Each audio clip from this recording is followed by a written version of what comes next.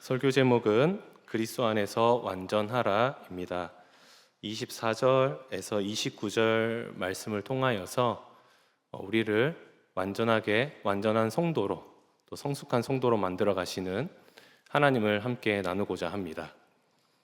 우리는 사랑하는 사람에게 복음을 전합니다.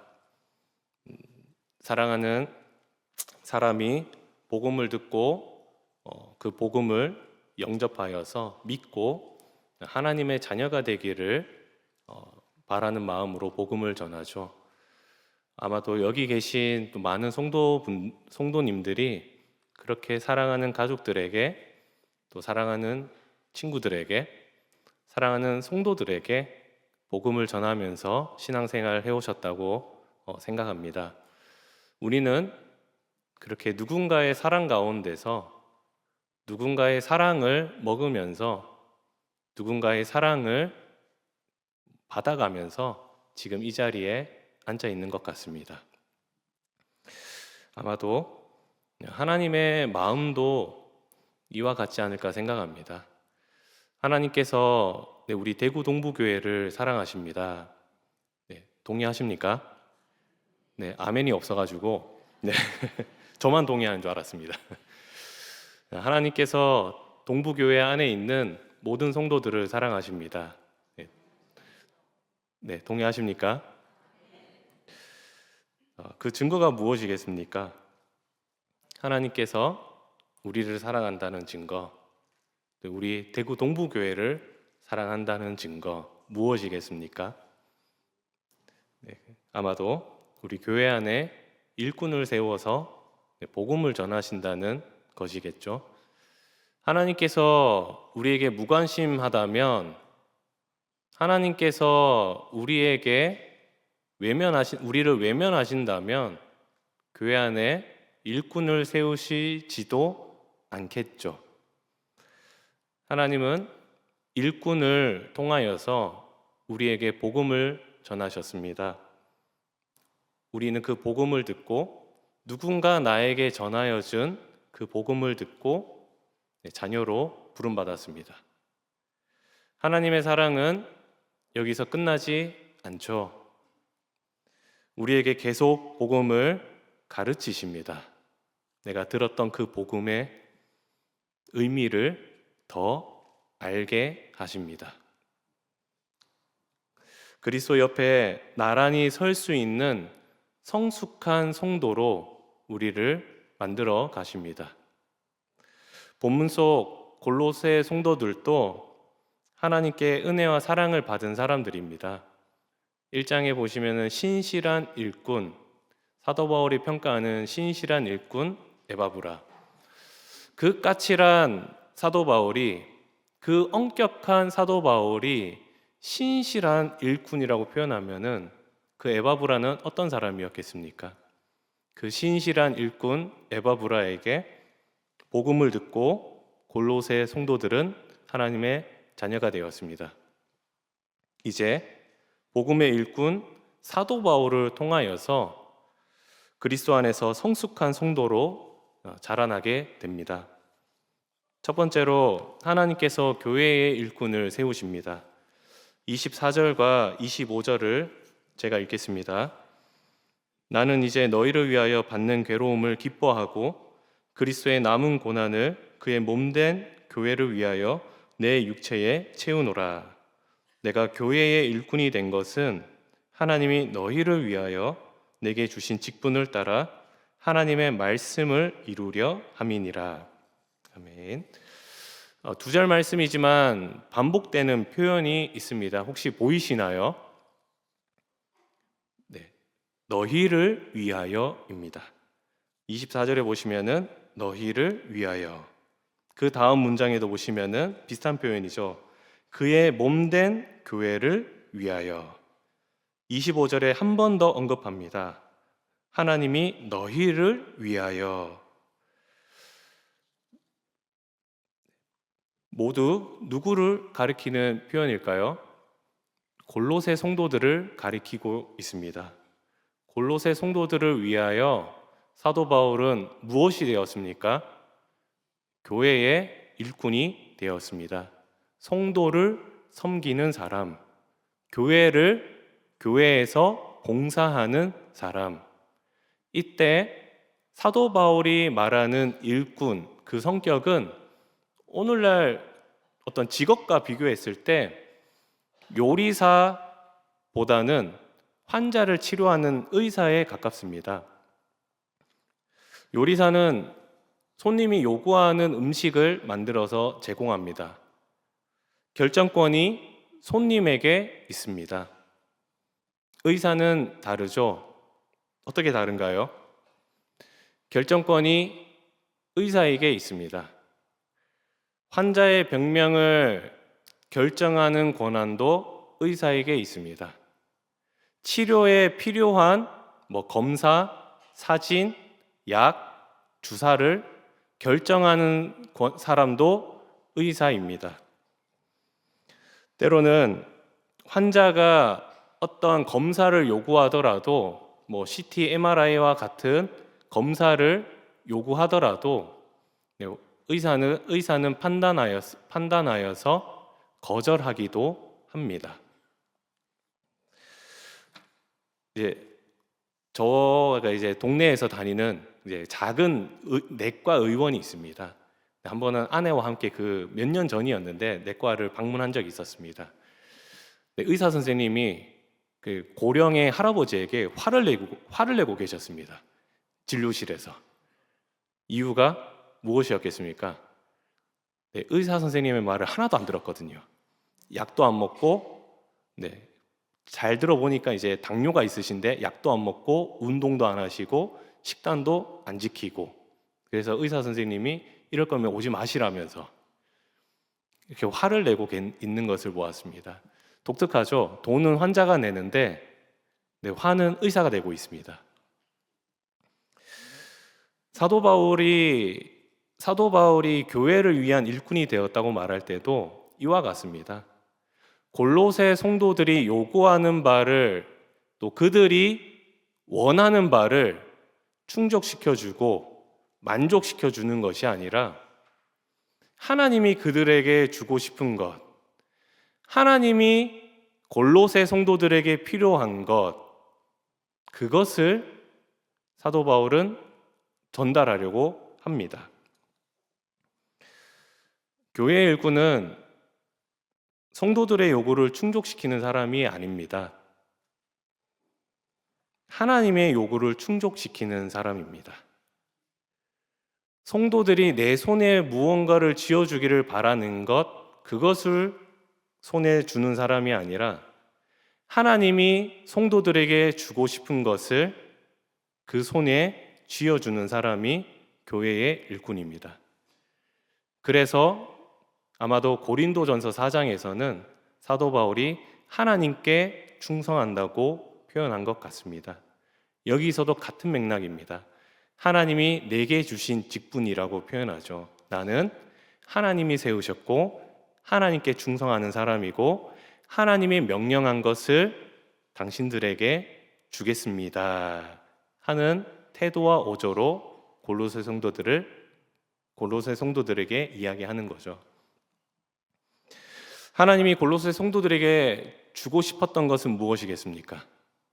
사도 바울을 세워서 그를 통하여서 골로새 성도들의 손에 주고 싶었던 것은 무엇이었겠습니까? 25절 하반절에 나타나죠. 하나님의 말씀입니다. 성경을 해석하여서 그리스도를 이해시키려고 합니다. 이를 하나님이 주신 사명으로 믿고 있습니다.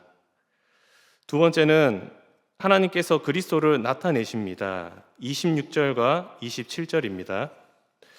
이 비밀은 만세와 만대로부터 감추어졌던 것인데 이제는 그의 성도들에게 나타났고 하나님이 그들로 하여금 이 비밀의 영광이 이방인 가운데 얼마나 풍성한지를 알게 하려 하심이라. 이 비밀은 너희 안에 계신 그리스도시니 곧 영광의 소망이니라. 두 절 말씀에서도 강조되는 표현이 있습니다. 요거는 보이시죠? 무엇인가요? 저만 보이나요? 네, 비밀입니다. 네, 강조하고 있죠. 비밀, 비밀. 이 비밀은 무엇인지 27절에서 설명하고 있죠. 그리스도시다. 성경은 마치 선물 상자와 같습니다. 예를 들어 친구가 나에게 선물을 줍니다. 상자에 선물을 담아서 나에게 주었습니다. 상자 때문에 어떤 선물이 들어있는지 알 수가 없죠. 그 선물을 확인하려면 어떻게 해야 됩니까?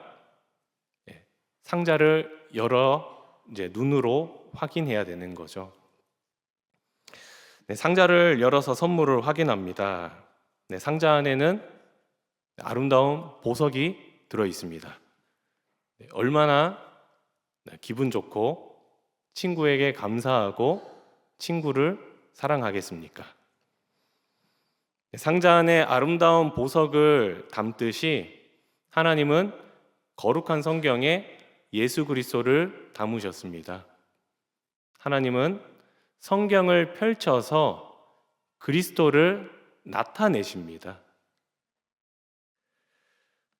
그리스도의 풍성함을 알게 하시는 거죠. 어떤 풍성함입니까?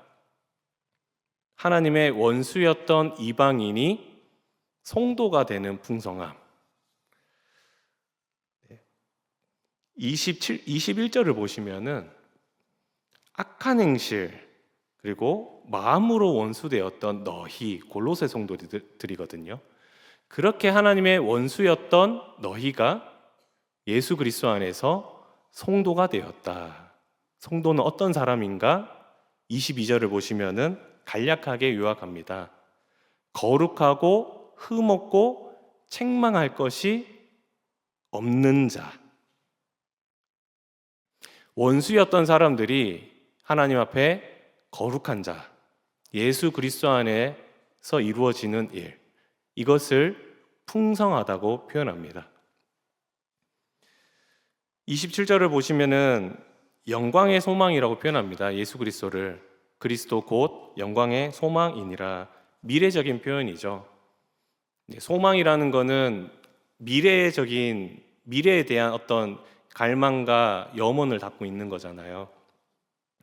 거룩한 성도는 예수 그리스도 안에서 거룩한 성도는 하나님께서 이루실 일들을 소망합니다.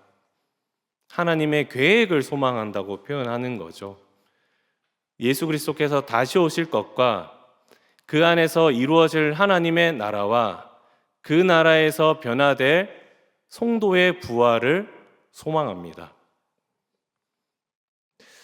하나님은 이토록 원수에서 성도가 된 이들에게 또다시 그리스도를 전파하려고 합니다. 과거에는 에바브라를 통하여서 골로새 성도들에게 복음을 전하셨다면 이제는 사도 바울을 통하여서 다시 한번 그리스도를 골로새 성도들에게 전파하시고 가르치려고 하십니다. 한번 생각해 보시면은 이미 성도가 되었고 이미 하나님을 믿는 사람에게 또다시 그리스도를 가르치려고 하십니다. 목적이 있습니다. 성도의 신앙 성숙입니다. 세 번째로 하나님께서 완전한 성도를 세우십니다. 28절과 29절입니다. 우리가 그를 전파하여 각 사람을 권하고 모든 지혜로 각 사람을 가르침은 각 사람을 그리스도 안에서 완전한 자로 세우려 함이니 이를 위하여 나도 내 속에서 능력으로 역사하시는 이의 역사를 따라 힘을 다하여 수고하노라. 되게 아리송한 말이지만 간단하게 요약하면 이렇습니다. 사도 바울은 힘을 다하여 하나님의 도우심을 힘입어 내가 가지고 있는 전부를 쏟아부어서 그리스도를 전파하고 가르치려고 합니다. 목적이 있습니다. 28절에 나와 있는 것처럼 각 사람을 골로새 교회 안에 있는 골로새 지역에 흩어져 있는 그 성도들 한 사람 한 사람을 그리스도 안에서 완전한 자로 세우려 합니다. 조금 익숙한 표현으로 바꾸면은 성숙한 성도라고도 표현할 수 있을 것 같아요. 성숙한 성도로 세우려고 하는 거죠. 마치 나란히 세운다는 뜻입니다. 이게 한 사람 한 사람 한 사람 이렇게 사람을 이렇게 한 명 한 명 한 명 세우듯이 각 사람을 성숙한 성도로 한 명 한 명씩 도미노를 세우듯이 마치 이렇게 세우려고 하는 모습입니다. 아마도 예수 그리스도 옆에 설 수 있는 자, 한 사람 한 사람을 각 사람을 성숙한 성도로 세워서 예수 그리스도 옆에 나란히 세우는 이미지로 생각하시면 이해하기 쉬우실 것 같아요. 골로새 성도들은 온전한 성도였습니다. 예수 그리스도를 믿었습니다. 모든 성도를 사랑했습니다. 사도 바울도 칭찬했습니다. 3절과 4절을 보시면은 하나님께 감사하다고 표현할 정도로 사도 바울이 칭찬하였습니다. 그들의 믿음, 그들의 사랑. 깐깐하고 엄격한 사도 바울이 칭찬할 정도면은, 사도 바울의 귀에 들릴 정도였으면은 이 골로새 성도들이 가지고 있던 믿음과 사랑은 굉장히 뜨겁고 단단했다고 볼 수 있죠. 이 골로새 성도들은 그리스도 안에서 더 성숙해질 수 있는 사람들입니다. 탁월한 지혜를 가지고 있습니다. 아마도 탁월한 지식을 가지고 있었던 사람들인 것 같아요. 골로새 성도들. 왜냐하면 이게 골로새서 1장 보시면은 앞에 예수님에 대해서 막 이야기하는데 우리가 읽어도 잘 모르겠거든요. 근데 사도 바울은 골로새 성도들에게 이 내용을 담아서 전달할 때 골로새 성도들은 이 편지를 읽으면서 사도 바울이 말하고자 하는 바를 다 어느 정도는 이해했던 사람들이라고 봅니다. 어쩌면 우리보다도 그리스도에 대한 지식이 더 풍성했던 사람들이라고 생각되기도 합니다. 그럼에도 불구하고 사도 바울의 눈에는 골로새 성도들이 더 성숙하고 더 완전한 자로 자라날 수 있다고 보고 있습니다. 성숙한 성도는 어떤 성도이겠습니까? 10절과 12절에 간략하게 설명하고 있습니다. 10절에 보시면은 하나님을 아는 지식이 자라나는 성도, 11절을 보시면 기쁨으로 인내하는 성도, 12절에 하나님 나라를 주시는, 그 하나님의 나라를 기업으로 소유로 주시는 아버지께 감사하는 성도. 세 가지는 서로 연결되어 있습니다. 하나님을 아는 지식이 자라나기에, 하나님의 계획이 무엇인지 알기에, 하나님이 성도에게 주시는 것이 무엇인지 알기에 현실을 인내하고 미래를 소망합니다. 온전한 성도를 성숙한 성도로 세우는 일은 힘들고 어렵습니다. 사도 바울도 어떻게 표현하나요? 괴로움과 그리스도의 남은 고난이라고 표현합니다. 사람의 의지와 사람의 노력만으로 될 수 있는 일이 아닌 것 같습니다. 하나님의 도우심이 필요하죠. 사도 바울도 하나님의 도우심을 믿고 있습니다. 내 속에서 능력으로 역사하시는 하나님의 역사를 따라 내가 힘을 다하여 수고하겠다. 골로새 성도들을 위하여. 하나님이 완전한 성도로 세우는 일에, 성숙한 성도로 세워가는 일에, 하나님의 나라를 소망하는 성도로 세워가는 일에 하나님이 도우신다고 믿는 거죠. 온전한 성도는 예수 그리스도를 닮아갑니다. 그리스도를 듣고 배워서 그리스도의 생각과 그리스도의 마음과 그리스도의 행동을 닮아갑니다. 이때 자칫 우리가 오해할 수 있습니다.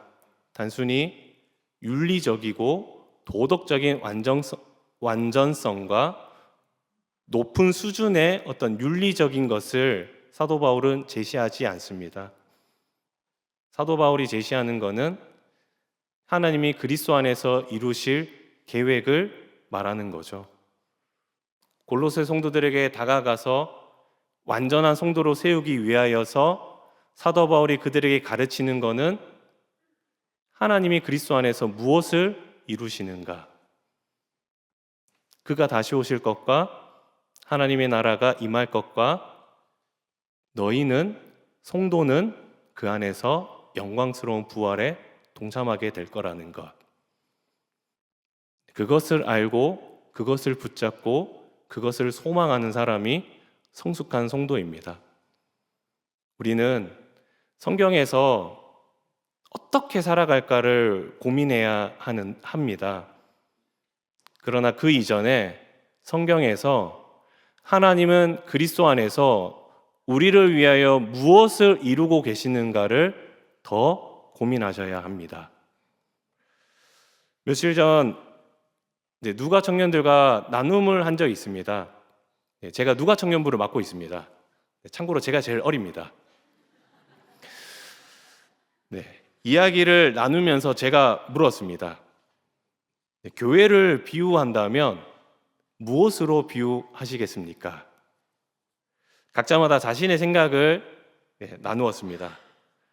어떤 지체는 교회는 그리스도의 몸입니다. 또 다른 지체는 그리스도는 성도들의 모임 아닐까요? 또 다른 지체는 교회는 사랑의 공동체입니다. 제가 기대했던 것과 다르게 너무 모범적인 대답을 내놓으셔가지고 살짝 당황했었습니다. 저는 좀 엉뚱한 대답을 기대했거든요. 여러분은 어떻게 대답하시겠습니까?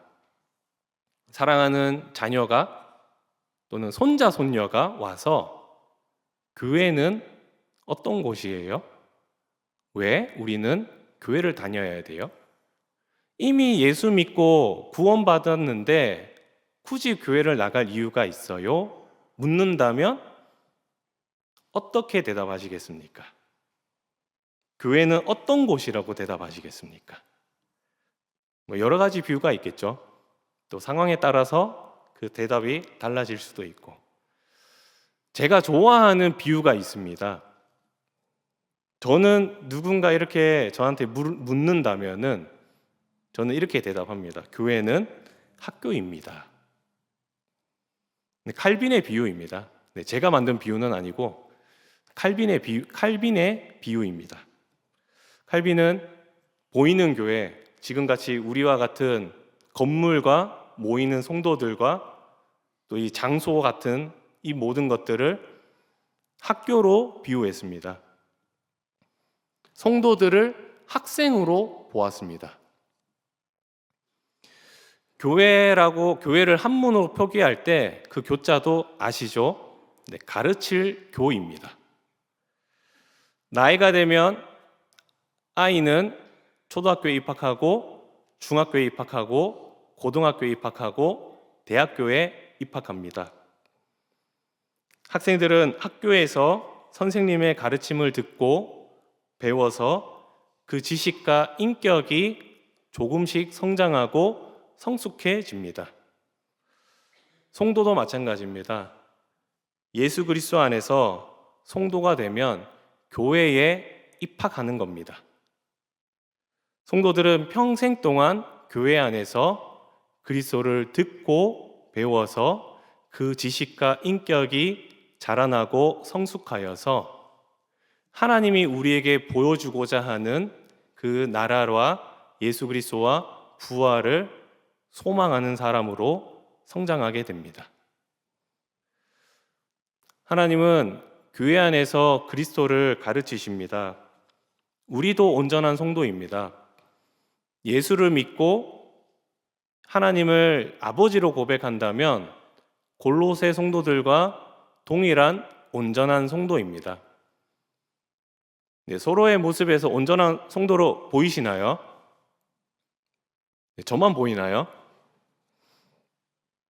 예수 그리스도를 믿습니다. 십자가도 믿습니다. 십자가에 그 담겨 있는 하나님의 은혜도 보입니다. 믿지 않는 사람들은 보이지 않는, 그들의 눈에는 보이지 않는 하나님의 은혜와 사랑이 나의 눈에는, 나의 마음에는 보입니다. 제사함도 믿습니다. 하나님의 나라도 믿습니다. 하나님께 감사하고 찬양합니다. 이 믿음을 꽉 붙잡고 절대로 놓지 않으려고 살아갑니다. 그러면 우리도 온전한 성도입니다. 온전하지만 완전하진 않습니다. 우리도 종종 말하죠. 아는데 잘 안 돼요. 하나님을 더 사랑해야 하는데 잘 안 됩니다. 교회를 더 사랑해야 하는데 잘 안 됩니다. 하나님의 나라를 더 소망해야 하는데 잘 안 됩니다. 더 기도하고 더 말씀을 가까이 해야 하는데 잘 안 됩니다. 우리도 도움이 필요한 존재인 거죠. 하나님도 잘 알고 계십니다. 우리가 잘 안 된다라는 것. 하나님께서 우리를 안 되니까 교회로 보내시는 거죠. 내 능력과 내 지혜로 안 되니까 우리를 교회로 보내주십니다. 나에게 필요한 복음의 일꾼을 붙여주십니다. 그의 입술을 통하여서 그리스도를 듣고 배우게 하십니다. 나 혼자서 그리스도를 듣고 배우는 일에는 한계가 있으니 하나님은 교회 안에서 여러 사람을 통하여서 나에게 말씀하시고 가르쳐 주십니다. 그러므로 우리는 그리스도 안에서 성숙한 성도가 됩니다. 그리스도 안에서 하나님의 나라를, 그리스도를 듣고 배우면서 하나님의 나라를 더 소망합니다. 다시 오실 예수 그리스도를 기다리고 그 예수 그리스도 안에서 이루어질 하나님의 나라를 그리워합니다. 하나님의 나라가 선명할수록, 하나님의 나라가 분명할수록 예수 그리스도가 더 간절해질수록 부활에 동참하고 싶은 마음이 더더욱 커져갈수록 아시죠? 우리 마음속에 있는 욕망과 욕심은 반대로 서서히 희미해지고 작아지고 먼지처럼 스물스물 사라지게 됩니다. 아는데 잘 안 된다면 그리스도를 더 듣고 배워야 합니다. 하나님께도 기도하시기 바랍니다. 나에게 그리스도를 가르쳐 주옵소서. 그러면 더 하나님께 감사합니다. 나에게 무언가를 주시지 않더라도 이미 내 손에 주어주신 그 하나님의 나라 때문에 감사합니다. 교회를 더 사랑하게 됩니다. 나에게 복음을 가르쳐 준 그 성도, 나에게 하나님의 말씀을 일깨워 준 성도, 내가 지쳐있고 눈물 흘리고 넘어졌을 때 복음을 통하여서 나를 위로해 준 성도, 내가 영적으로 방황할 때 말씀 안에서, 복음 안에서 나를 붙잡아 준 성도, 그러기에 교회를 더 사랑합니다. 더 무릎 꿇고 기도하고 더 성경을 손에 붙잡고 살아가게 됩니다.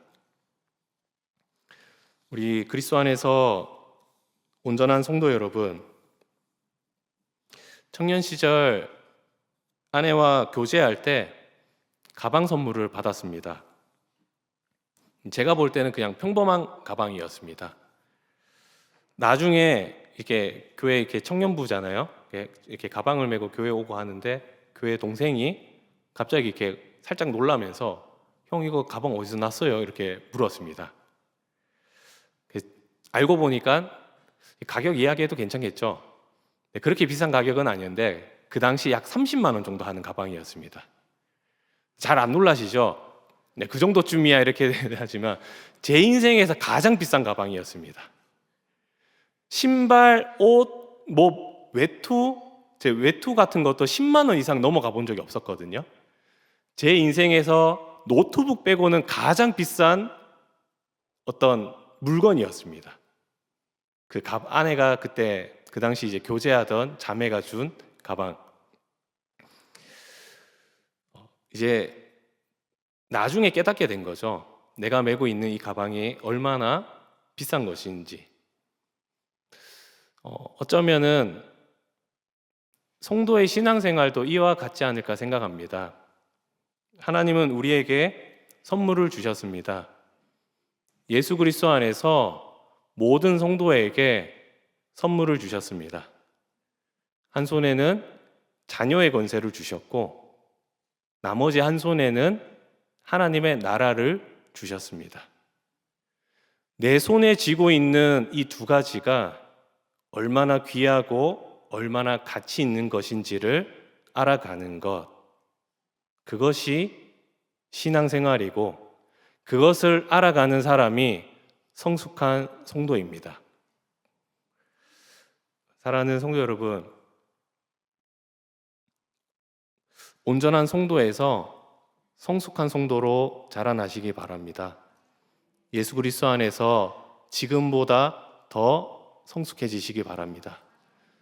예수 그리스도 옆에 나란히 설 수 있는, 예수 그리스도와 어깨를 나란히 할 수 있는 완전한 성도요, 성숙한 성도로 자라나는 우리 대구 동부교회 모든 교우들 되시기를 축복합니다. 기도하겠습니다.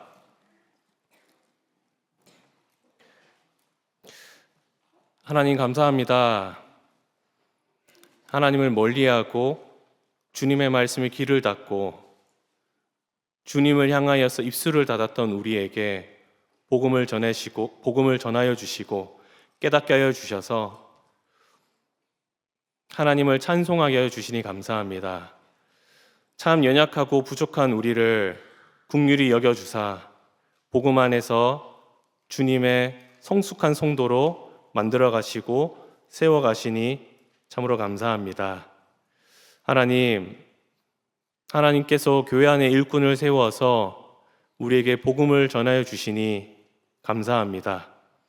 우리가 그 복음을 듣고 복음을 배워서 예수 그리스도를 알아가고 예수 그리스도 안에서 하나님이 이루신 것과 앞으로 이루실 것을 바라보면서 그 하나님의 나라를 소망하는 우리 대구 동부교회와 모든 성도들 되게 하여 주옵소서.